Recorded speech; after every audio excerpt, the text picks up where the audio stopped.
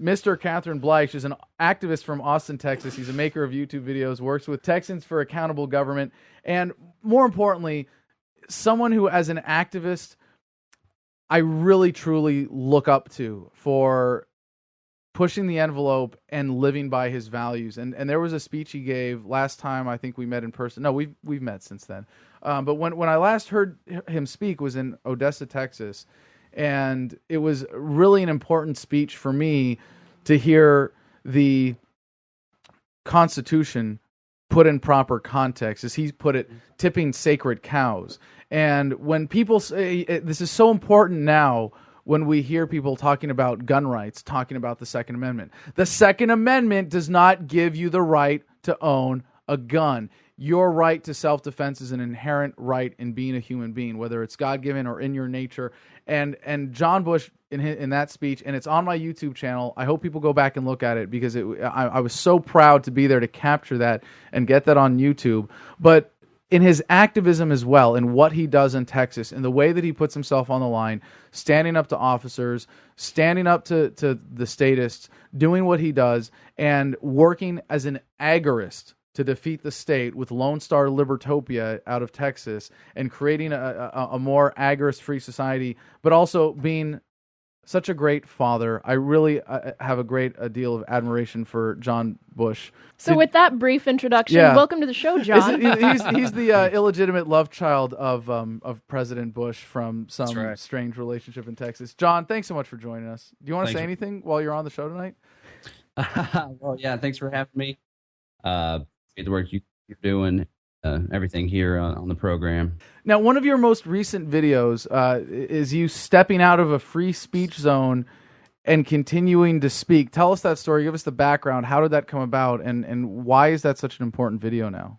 I guess you're referring to the video back in 2010. I was arrested on University of Texas campus. Barack Obama was in town to speak at UT, and I showed up with three purposes: to film the event, to document it in a media capacity, to protest the war, and then also to do what I could to make sure nobody's rights were violated. And by the end of the afternoon, after refusing to go to the free speech zone that they had set up, which was down the road, out of sight of the president and out of sight of the media, after refusing to go to several bureaucrats and after being asked multiple times, finally the assistant dean of students ordered one of the UT police officers to arrest me. And I was locked in jail. And it's funny, that was over 2 years ago, and I'm still yet to stand trial. I finally have the trial towards the end of January. They tried to get me to plea when it was a Class B misdemeanor, criminal trespassing, and I refused all of their plea deals, all the way to the point where they just would have had me sign that I wouldn't get in trouble for 6 months, but I didn't see that I did anything wrong. So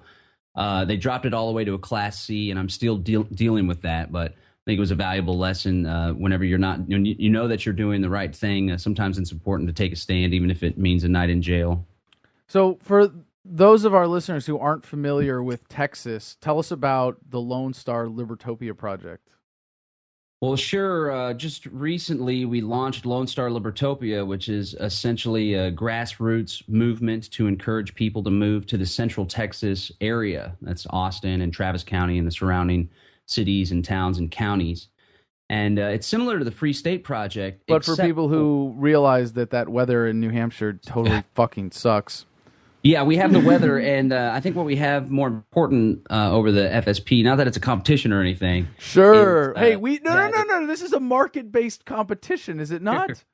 No, it is. But I don't mind people moving to New Hampshire if they're leaving a tyrannical place, and I think both of the movements can benefit one another. But ours actually took off spontaneously, and it didn't need central planning, even libertarian central planning, to choose a state. Spontaneous order? I've heard these words before. Yeah, for sure. So we just found naturally over the past several years, the movement's been growing here, and people decided to naturally move down here. Like Antonio Beeler, for example, was deciding whether to move to New Hampshire or to Central Texas, and he chose Austin because of a lot of the activism going down here, the weather, and the women. Not that there's not wonderful ladies up in New Hampshire, but there was they already wear less clothes in Texas. Down. That's right, they do.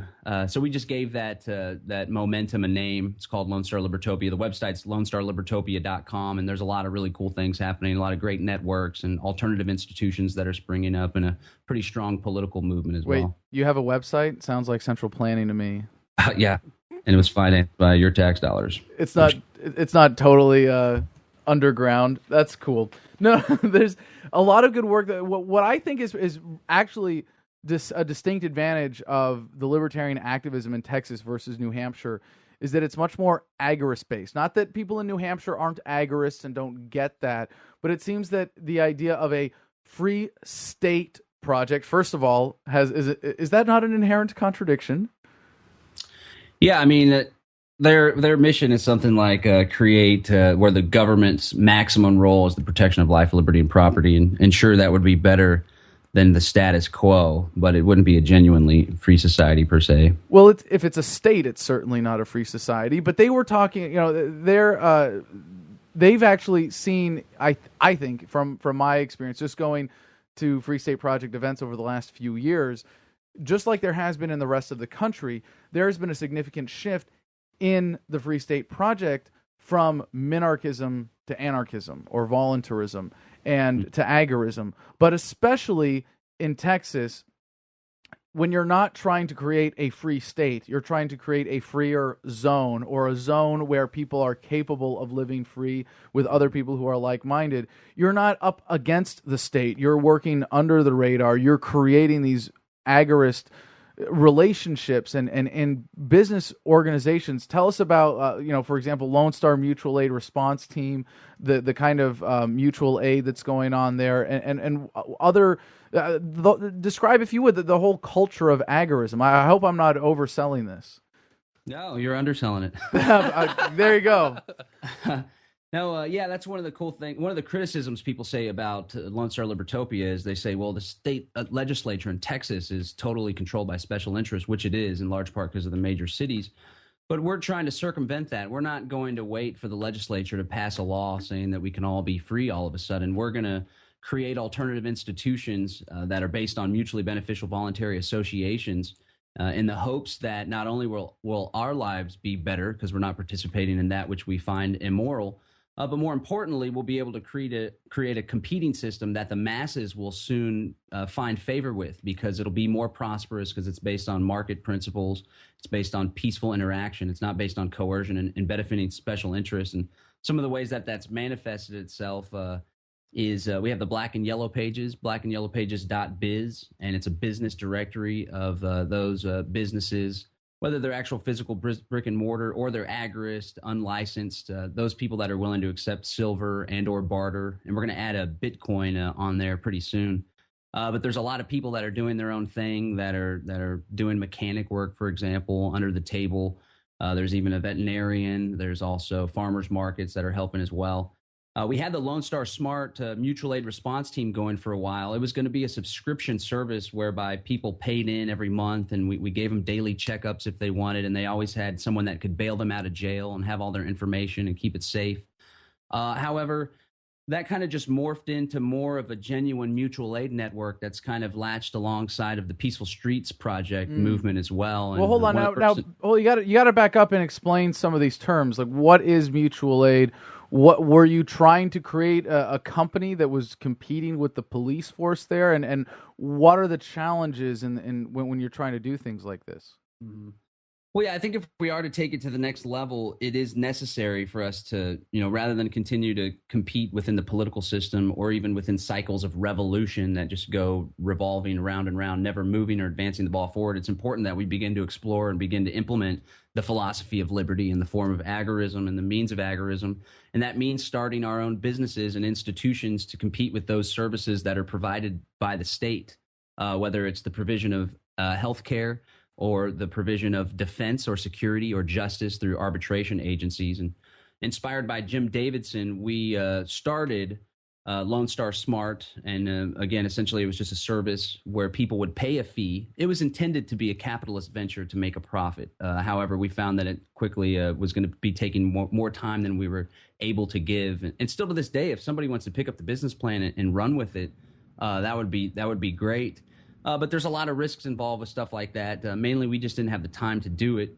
But as I said, it took a more of a natural form, moving away from being profit motivated, which there's nothing wrong with that, to tying into just more of a genuine community-based mutual aid through the Peaceful Streets Project. And when I say mutual aid, I just mean the collective action of individuals working together for common benefit or to benefit one another in ways, simply just peaceful communities helping one another. Mutual aid would be opposite of coercive means and coercive welfare programs and stuff like that. So I think it's important for us to not just talk about the philosophy of liberty or talk about the problems, but more importantly, to begin to create the alternatives and to demonstrate that the philosophy of freedom is a wonderful way of organizing society and living your life. And yeah, that is taking place all across Central Texas and all across the country and the world too. Barter scripts and everything. It's beautiful. Well, just to take a step back then, what is agorism and why, if you believe it is, would you say that that's a superior method to political action for bringing about a free society? Yeah, agorism can be defined as revolutionary market anarchism or creating alternative institutions to compete with the state, creating and participating in the counter economy, which is the sum total of those actions that are against the state, also black and gray markets, black markets being those activities which are prohibited by the state, like prostitution or marijuana. Gray markets being those activities which are prohibited by the state unless you ask permission and get a license. And that can be anything from gambling, which is also black market in some places, to operating a private insurance agency, a private detective agency, a private defense agency. And essentially what agorism would have activists do, and this is why I think it's a better alternative to political activism and political means of creating a free society, is it would have us create these alternative institutions with the idea that eventually, as we build these alternative institutions, we will begin to compete with the state. Again, the state and the government is a means of providing organization within society or providing certain services like fire department, healthcare, and protection. If we begin to provide these alternatives through peaceful, mutually beneficial, voluntary manner, I believe that as we build more, and this is what's laid out in Samuel Edward Konkin's New Libertarian Manifesto. He's like the grandfather of New Libertarianism. Very important book. At the end, he talks about the different phases that we'll see society take. And he says there's a low density agorist phase, which I think we've slightly passed, where there's essentially zero agorism. It's all statism. And then the second phase is... Hold on a second. Before, because I'm familiar with what you're getting at here with Konkin's development of pockets of agorism that eventually become the entire society. But to be clear then about what is agorism, would you say that a drug dealer who doesn't know anything about government or doesn't care about the world, someone who is selling marijuana illegally on the street, who is able to, in Texas get, a few pounds at a time over the border of Mexican trash compactor weed and is just selling it to his buddies and breaking it down to eighths to move on the street, would you call that at least unintentional agorism? Yes, he's a counter-economist, whether he knows it or not. And another thing that's really crucial that libertarians can do to further the creation of a free society, and this is something that Konkin also calls for, is to bring libertarianism to the counter economy, drug dealers, people that are creating, their own private defense. Give them moral justification. What's that? Give them a moral justification and a intellectual framework to justify and understand the significance of what they're doing. Yes, and many people that are in the counter economy have spent time in prison, and for most of them, there's victimless crimes. Just selling pot or drugs is victimless, or prostitution, or even operating your own private defense racket is a victimless crime. So you give them the moral justification, turn them against the state, provide that moral framework, as you said. Then on the flip side, something that we can do as libertarian activists that favor agorism is bring counter economics and the idea of creating alternative institutions to existing libertarians, and try to show them the fault of their political ways. Although I don't want to discourage anybody from taking any form of action whatsoever to further the cause of liberty, whether it's agorist or political. But I do believe that if we were to focus, I actually believe that the libertarian movement as it is, I don't know exactly what that number is. Let's just say the million people that voted for Ron Paul in 2008, let's say it's maybe tripled. Say there's 3 million diehard libertarians. That movement alone, I think we have the ability, if we geographically concentrated in a few different areas, to live free within our lifetimes. If we abandon asking permission and banging our head against the wall till our faces are bloody, and if we start living free now, even though it's a little bit of a risk, again, the geographic concentration helps to alleviate some of the risks involved with competing outside of the system. Now, this is one of the coolest kinds of conversations you get to engage in when you understand the world properly as a libertarian. And I'm really glad that we got into this. But Konkin's theory, especially, that we're going to have pockets of agorism, that you're going to have groups of people engaged in barter that will expand because they're economically superior to those operating under the government yoke until those pockets expand and become everything. I would like to suggest two challenges to that model and get your take on this. First of all, the internet. And I don't know if Konkin was able to fully comprehend the possibility that we have now with a cryptocurrency and an online anonymous marketplace with the Silk Road, if he was able to even conceive of what Amazon does, not that that's agorist in any way, but that massive economic force that is there with the internet and the ability for people to, with those capabilities, engage in things like the Silk Road. Craigslist really is a better example. Craigslist of people being able to simply engage in barter without any registration or overhead associated with it or any payment of fealty to government. And second, this idea that if the drug dealer is an unintentional agorist, wouldn't you say that already a major chunk of the existing market is agorist, that you don't have to look at pockets, but rather an underlying layer that is pervasive? Because everybody engages in counter economics at some level. Everybody pays as little taxes as they can get away with. Everybody, the average American commits 3 felonies a day because not reporting petty barter and financial transactions are violation of the IRS code. Given those two concepts, do you think that we still need to come together geographically? Because it seems like when we get to this tipping point and everybody starts to realize, hey, counter economics more efficient than regular economics, we're going to come to that tipping point, and it's going to happen very rapidly. That maybe the purpose of LoneStar Libertopia is to simply be a beacon and show people that, hey, look, if you do this, these are the opportunities. Yeah, for sure. Agorism certainly is advanced, and it's prevalent in many different facets of society, whether people know it or not. And the internet and the ability to connect everyone across, to make geography essentially irrelevant in many ways, will play an important factor. And I imagine Konkin didn't foresee that as full as it's come into fruition. But I would say, even though there's freedom all around you, or in a virtual sense, and you're conducting economic activity in a free way, and it's easy to skirt I always like to say it's easier to skirt the income tax than the property tax. Some states don't have property taxes. But if you want to leave your home and travel freely, you still have your right to travel restricted in the form of licenses. Additionally, if you want to purchase goods that aren't yet available on the counter economy, there's still sales tax and you're funding the system. And more, even here in Central Texas, which is getting worse, I'm not going to lie, for the purposes of LoneStar Libertopia. But we do have peaceful streets, and Antonio Beeler on the street. But every time you drive, it's a risk of getting locked up or put in jail or getting shot on the side of the street.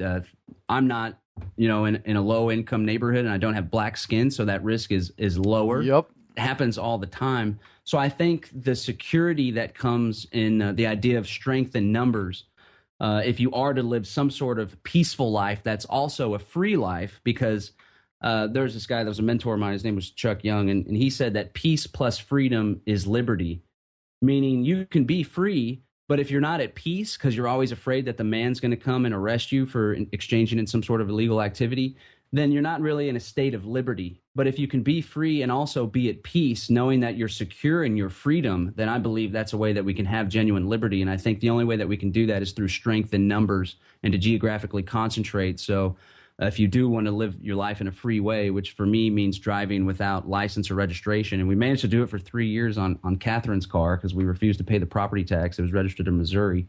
But finally I got a ticket for that. And then we just sold the car and they dismissed the ticket. So that was cool. But the new car has it. And I renewed my driver's license a year ago. I don't want to do that. And I want to create an environment where one day I feel secure enough to drive around with my family without a driver's license, without registration, knowing that if I were to get pulled over or ticketed, that I'll have 50 to 100, maybe 1,000 people that will show up with me to the court, that will simply overwhelm the system, that will make it so difficult to harass us for innocent, victimless crimes like that, that eventually they stop. Yeah, I'm a little more. That's why I think the concentration is crucial. Yeah. Certainly at this phase, there are massive benefits to having that geographic concentration. But I'm a little more optimistic when you talk about the cars. Plus, you have to admit that if there was some registration with a private road operator, you would be okay with that, choosing to opt in, correct? Yeah, if it was private road and there had to be some sort of means of tracking my use, but they wouldn't be taking that money and using it to lock up peaceful people. Right.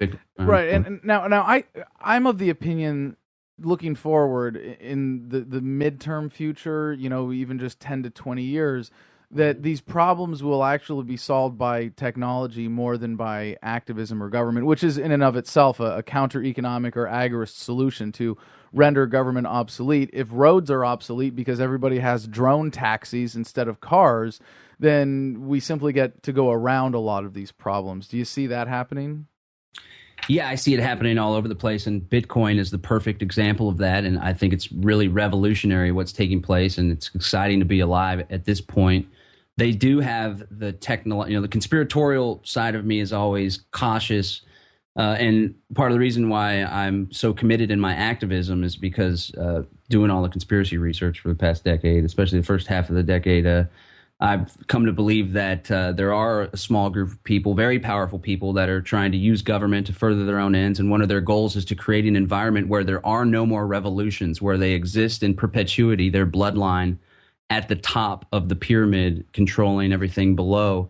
And in order to do that, they want to create a technocratic dictatorship where they end the cycle of revolutions by either eliminating large portions of the population or taking away people's ability to resist or dumbing everybody down, Brave New World style. And we see a combination of all three of those things taking place right now. But on the flip side, it's the technology that would enable them to do that, which is they've never had the ability. Elites have never had the ability to do that before in the history of civilization, but never in the history of civilization has the little guy had the access to much of that same technology. So I think, that track that you're often on about technology being so monumental in changing and forming society and culture, that I think no matter how hard they try to suppress it through coercive means, human spirit and our ability to flourish and thrive is going to break through, and technology is going to be the means of doing that. Now, for those who don't know, you're married to the wonderful Catherine. Or you're not married, are you? Are you legally? You're not legally married, correct? I mean, what's legally anyway? No, we're going to have a wedding, and it's going to be sometime in the beginning of November, whenever we met first in person at Continental Congress 2009 in Chicago. But you're fortunate enough to be hitched to an incredible libertarian woman whose reputation often precedes you in the movement. Sure. But you also you have a daughter that you're. Does she have a birth certificate? She has a birth certificate that was filed by the midwife with a different name, and neither myself nor Catherine signed it. And the midwife, being a licensed midwife and one of the best in the country, we decided that, to have this document, whatever, if they want to think that it creates some corporation or whatever mumbo jumbo, I didn't sign it. And even if I did sign it, to hell with them. But there is one on file, which helps for certain security reasons, especially at this time. Without a birth certificate, if the state wanted to try to do something, it's kind of like, well, prove to us that this is your child. But we're going to let her choose whether or not she has a social security number, and she doesn't have one of those yet. No, that is, you know what? I have never heard of that answer. Have a midwife file it in a different name and don't sign it. So there is a legal record of a birth having occurred, but nothing that obligates the child to any particular legal obligation or legal status, and you get to let them choose, essentially. Is that correct? Midwifery is the shit. Hell yeah. Yeah, midwifery is the shiznit. And we have a website, sovereignliving.tv, that Catherine and I have been working on for the past several months. And a lot of it has to do with birthing children, natural birthing, and the idea that it's the next generation that's really going to make the big waves, and we can raise them in a way to challenge the idea that we ought to organize society through violence and hierarchy. Hey, you know what? Before we have to go, I want to know about Rise Up Radio. Yeah, Rise Up Radio, it's a radio show that's started a few years ago with me and Catherine in the morning, and then we got booted off of the local pirate radio station down here. But I'm just about to launch it again. It's going to be every Monday through Friday, weekdays, 7 to 8 a.m. Central Standard Time, 8 to 9 Eastern, and it's going to be on LRN.FM. And we got a really great team doing the show. We're going to start every show with the Liberty Beat, which is a 5-minute news beat that we're going to break down and then produce, and then we're going to send it off to different internet radio and terrestrial radio stations to play, to compete with the little Fox News 5-minute segments. And the show's great. I'll bring you the news, views, and tools you can use to live a free, prosperous, and sustainable life. We do interviews, music, and a lot of practical tips and advice that people can use to live a more healthy and sustainable lifestyle, like naturopathy and gardening and doing chickens and child rearing and stuff like that. So it's a whole lot of fun, and I'm really excited to be on LRN.FM and to join the community that's growing around on that network as well. When does that kick off? That's going to start on the 14th, this Monday coming up, Monday the 14th. It'll be Monday through Friday, 7 to 8 a.m. Central Standard Time on LRN.FM, and the website's riseupradio.com. Awesome. Thank you so much for joining us, ladies and gentlemen. Our guest has been John Bush, and best of luck with the coming incarnation of Rise Up Radio. Really excited to hear that that's coming to the next level. riseupradio.com, Libertopia, and the incredible work of agorism that so many people are doing in Texas in this community. I'm torn, I'm really torn now, because some people have said when we're done here in Herndon, and it's going to be later this year, that we should move to the Free State Project. We should move to New Hampshire. And as much as I love New Hampshire and the Free Staters, wow, the weather is so much better in Texas, and everything's bigger, right? I don't want to have a huge debt if I didn't do anything wrong and I didn't even get a say in it. Good damn question. Fuck!